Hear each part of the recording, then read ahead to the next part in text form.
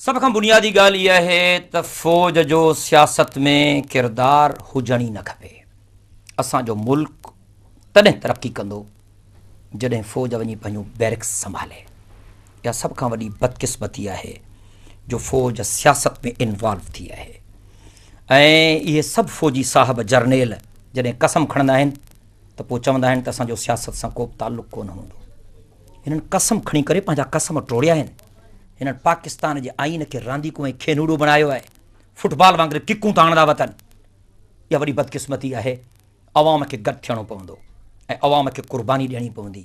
फ़ौजी जनता ऐं फ़ौजी आमरीयत मां जेसीं ताईं जान नथी छुटे तेसीं ताईं पाकिस्तान तरक़ी कोन कंदो। हिन वक़्तु पाकिस्तान में जमहूरियत कान्हे। हिन वक़्तु पाकिस्तान में आमरीयत आहे, शख़्सी हुकूमत आहे, हिकिड़े शख़्स जी हुकूमत आहे। ऐं असांजा सभु वज़ीर आंगूठे छाप आहिनि, हुनजी का हैसियत कान्हे।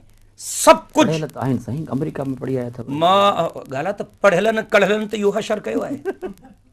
कावड़ आहे मौलवियुनि खे, पर नेब में त कुल पढ़ियल कढ़ियल वेठा आहिनि।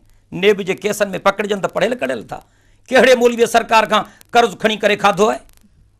हे लखें किरोड़े अरबे खरबे रुपया खाई एॾो हाज़मो बमरान जो तेज़ आहे। इन मसइले ते सुवाल थींदो साईं? ज़रूर थिए। मां ये ॻाल्हि पूरी कयां। अरबे खरबे रुपया मुल्क जा खाई विया, हाज़मो बि एॾो तेज़ अथनि जो उघराई बि कोन था ॾियनि। लकड़ हज़म पत्थर हज़म सभु केस हिननि ते आहिनि। अल्हम्दुलिल्लाह मौलवियुनि ते को बि केस कोन्हे।